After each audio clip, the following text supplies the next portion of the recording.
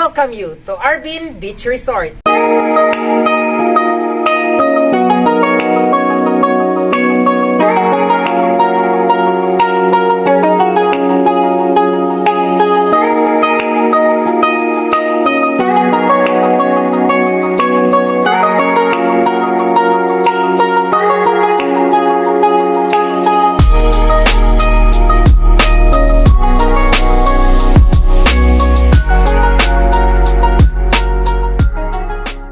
I'm Mary Joy Casimero Bitanga.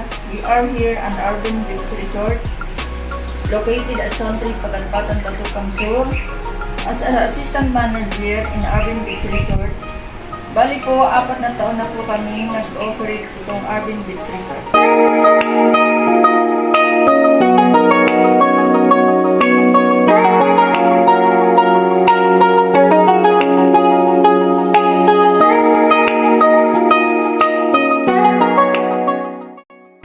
Does your organization offer professional development and work ethics training, seminars and workshops to its employees? If yes, go into detail. Yes. Kung yes po, ano pong klase ng mga seminars, training, and workshop po yung pinoprovide nyo po para dito sa Arbin Beach Resort? Like BFP, Barrio Fire Protection, and Lifeguard Training. Paano po kaya makakakontribute yung mga ganitong trainings po para po mas makultivate yung mga skills po ng mga employees nyo pagdating po sa kanilang mga duties? Matututo sila kung paano maproteksyonan itong Arbin Beach Resort. Then, malaman din nila kung paano mapula yung sunog or yung kung ano pa man mangyayari dito sa Arbin Beach Resort. Meron po ba ditong mga cases po or ano po kayo yung mga ginagawa nyo pag meron pong mga bisitang dumadating po dito? Noong mga nakarang araw or buwan or like years, wala naman nangyayari sa mga ganung bagay. Pag meron po ba dito ma'am na mga dumadating pong bisita, ano po yung kaagad nyo pong ginagawa po? Nag-i-entertain po ba kayo kaagad or hinahatid nyo po kaagad sila sa kanilang accommodation po? Ining-entertain muna namin, tinatanong kung anong pangalan po ng isusulat namin sa resibo, then ilang tao sila, adult, senior, or kids, isusulat namin. Then, kung anong accommodation or facilities ang kukunin nila, isusulat din namin. Saka namin sisingilin sila pag na total na po lahat ng nakuha nilang facilities and accommodation. As the airline industry is changing, how can you keep up with the latest trends in the hospitality and tourism industries today? How does it impact professional development and practices? So here po ma'am, di ba po, resort to. So there are guests, visitors na pumupunta po dito. Mag-avail po sila ng mga services nyo. So what can you offer po sa kanila? Like sa kids, sa teens, and sa adults po. Let's start po sa kids. Ang may offer ko lang po sa mga kids or teens, mayroon po kaming jet ski, speedboat, kayak, then life vest for kids para po sa kanilang safety. How about po sa teens or sa adults po? What can you offer po? Sa teens naman, pwede naman din yung kayak, jet ski. Kahit naman matatanda, pwede din sa jet ski, kayak, or speedboat. And para naman sa mga matatanda, or kahit naman sinong bisita, pwede naman po sa kanila yung massage parlor, magpa-pedicure, manicure. And sa mga lalaki, yung mga bisita, kung gusto nilang mag-enjoy din o mag-relax dito sa Arbin Beach Resort, mayroon po kami may offer na bilyar. Dealing with passengers may mean that sometimes someone is not happy.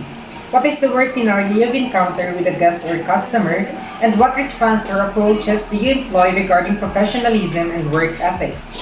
Can you give an example of when satisfied and unhappy customer? So, di ba po ma'am, sa industry po natin is hindi na po talaga mawawala yung mga taong kahit yung 100% yung binibigay natin na service sa kanila is hindi po talaga nasasatisfied sa mga services natin. Ano po kaya, pwede po ba kayong magbigay po ng mga example or scenario nangyari po dito sa Arbin Beach Resort po?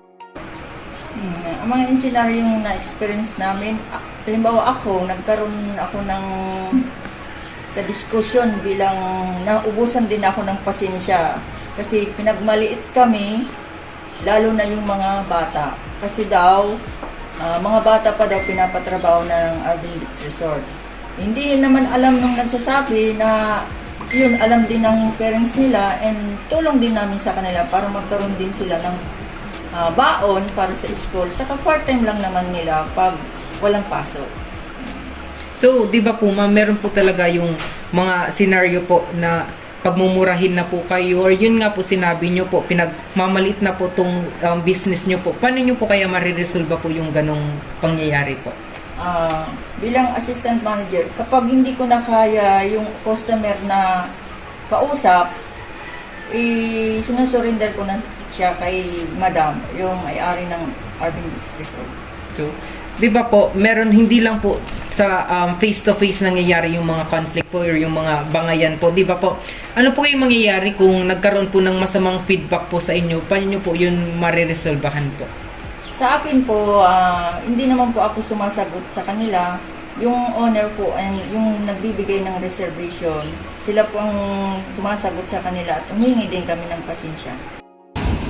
So, what advice do you have for aspiring hotel and tourism industry professionals who want to be effective and successful leaders? So, like us po, ma'am, na pinapasok po namin itong industry na to, na tourism and hospitality. So, ano po yung may ipapayo niyo po sa amin to be effective and successful leaders po?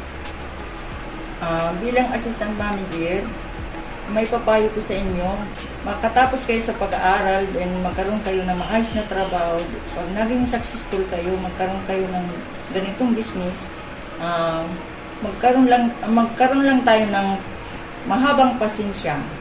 Hindi naman sa una, successful ka agad.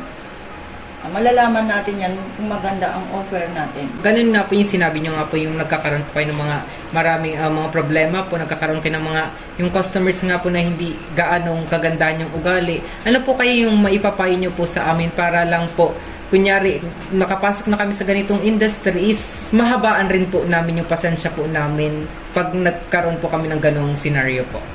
Oo. Kasi yun nga yung sabi, customer is always right. Then kung hindi na labag na sa atin bilang tao at labag na din sa Urban Beach Resort o sa inyo na magkaroon lang tayo ng magandang pag-uusapan kung paano masolusyonan, kung ano mga gusto ng customer, kung hihingi sila ng discount or kung ano pa man na hihingi nila, kung kaya natin ibigay na natin. Yun naman. Maraming salamat po ma'am sa yung time po sa pagsagot po ng aming mga questions po. Thank you po. Thank you very much po.